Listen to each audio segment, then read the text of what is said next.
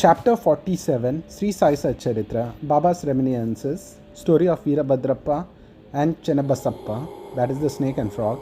The last chapter describes Baba's reminiscence about two goats. This describes more of such reminiscences and relates the story of Veerabhadrappa and Chennabasappa. Preliminary.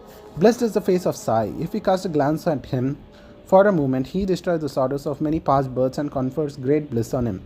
And if he looks at us with grace, a bondage of karma is immediately snapped away and we are led to happiness. The river Ganges washes away the dirt and sins of people who go to her for a bath. But she intentionally longs for the saints to come to her and bless her with their feet and remove all the dirt accumulated in her. She knows for certain that the accumulation can only be removed by the holy feet of the saints. Sai, the quest jewel of the saints, and now hear that from him the following purifying story. The Snake and the Frog. Sai Baba said, one morning after taking my breakfast, I strolled along till I came to a small river bank. As I was tired, I rested there, washed my hands and feet, and had a bath and felt refreshed. There was a footpath and a cart truck sheltered by shady trees. The breeze was also blowing gently. As I was preparing to smoke chilim, I heard the clucking of a frog. I was striking the flint and lighting the fire when a traveler turned up, sat by my side, bowed to me, and politely invited me to the house for meals and rest. He lit up the pipe and handed it over to me. The croaking was heard again and he wanted to know what it was. I told him that the frog was in trouble and was tasting the bitter fruit of its karma. We have to now reap the fruit of what we sow in our past life, and there is no use in crying about it. Then he smoked and handed over the pipe to me and said that he would go there in person and to see himself. I told him that the frog was caught by a big snake and was crying. Both were very wicked in the past life and were now reaping the fruits of the actions in this body. He went and found out that the huge black serpent was holding a big frog in its mouth. He turned to me and said that in about 10 or 12 minutes, the frog would be eaten by the snake. I said, no, this can't be. I am its father, that is the protector, and I am here now. How shall I allow the snake to eat it up and hide here for nothing? Just see how I release it. After smoking again, we walked on to the place. He was afraid and asked me not to proceed further, as the snake might attack us. Not minding him, I went ahead and addressed the creature thus.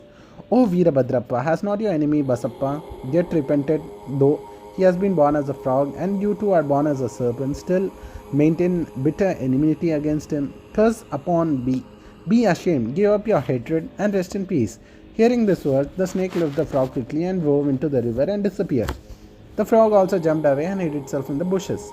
The traveler was much pleased. He said that he could not understand how the snake dropped the frog and disappeared as the words were uttered. Who was Veerabhadrappa and who was Basappa, and what was the cause of the enmity? I returned with him to the foot of the tree, and sharing a few puffs of smoke with him, I explained the whole mystery to him as follows. There was an ancient holy place, sanctified by a temple of Mahadev about 4 or 5 miles from my place.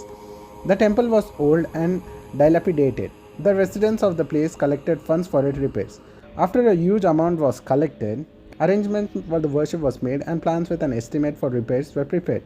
A rich local man was appointed the treasurer and the whole work was entrusted to him. He was to keep regular accounts and be honest in all the dealings. He was first miser and spent very little for repairs, which consequently made very little progress. He spent all the funds, swallowed some amount himself, and spent nothing from his pocket. He had a sweet tongue and was very clever in offering plausible explanation regarding the poor and tardy work of the work. The people again went to him and said that unless he lent him a helping hand and tried his best, the work would not be complete.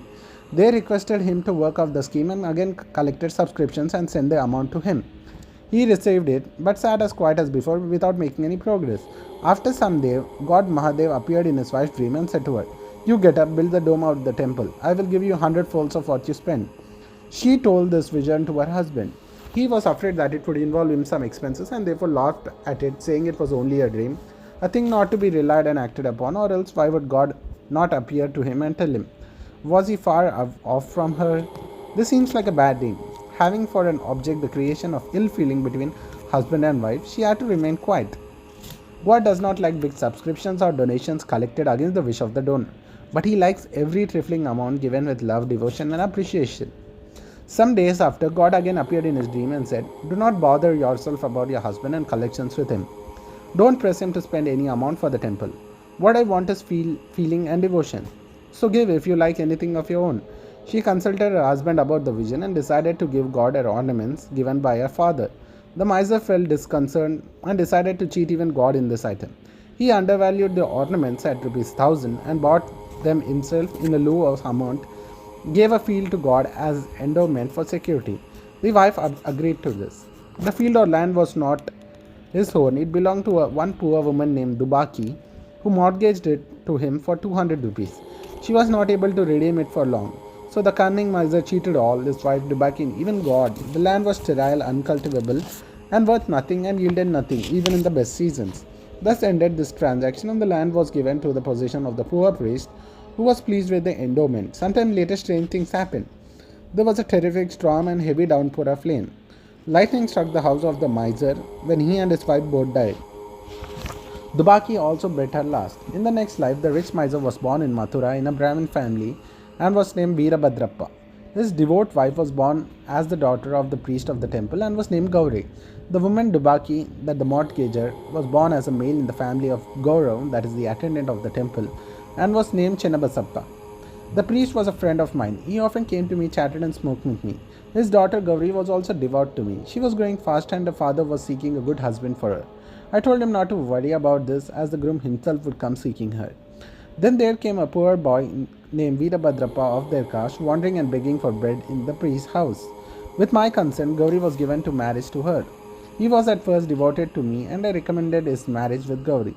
Even in the new life, he was hankering after money and asked me to help him to get him, as he was leading a married man's life. Strange thing happened. There was a sudden rise in prices. By Gauri's good luck, there was a great demand for land, and the endowment land was sold for 1 lakh rupees. That is 100 times of the worth of the ornaments. Half the amount was paid in cash, and the remaining was to be paid in 25 installments, that is rupees 2000 each. All agreed to this transaction but began to quarrel over the money. They came to me for consultation. I told them that the property belonged to God and was vested in the priest, and Gauri was the sole heiress and proprietress, and no amount should be spent without her consent, and the husband had no right whatsoever to the amount. Hearing my opinion, Veerabhadrappa was angry with me and said that I wanted to establish Gauri's claim and embezzled her property. Hearing his words, I remembered God and kept quiet. Veerabhadrappa scolded his wife Gauri, and she came to me at noon and requested me not to mind the words of others and not to discard her, as she was my daughter. As she thus sought my protection, I gave her pledge that I would cross 7 seas to help her. Then that night Gauri had a vision. Mahadev appeared in a dream and said, "The whole money is yours. Do not give anything to anybody. Spend some money for the temple purposes in consultation with Chennabasappa, and if you want to use it for some other purpose, consult Baba in the masjid, that is myself." Gauri told me the vision, and I gave her proper advice in the matter. I told her to take the principal or the capital amount to herself, give half the amount of interest to Chennabasappa, and that Veerabhadrappa had nothing to do with this in this matter. While I was thus talking, both Veerabhadrappa and Chennabasappa came there quarreling. I tried my best to appease them and told God vision to Gauri. Veerabhadrappa got wild and angry and threatened to kill Chennabasappa, cutting him to pieces. The latter was timid. He caught my leg and caught my refuge. I pledged myself to save him from the wrath of his foe. Then after some time, Veerabhadrappa died and was born as a snake, and Chennabasappa died and was born as a frog. Hearing the croaking of Chennabasappa and remembering my pledge, I came here, saved him, and kept my word. God runs to the devotees for help in times of danger. He saved Chennabasappa, the frog, by sending me here. All this is God's Leela or sport. The moral of the story is that one has to reap what one sows, and there is no escape unless one suffers and squares up one's old debt and dealing with others, and that greed for money drags the greedy man to the lowest level and ultimately brings destruction onto him and others. Bo to Sri Sai, peace be to all.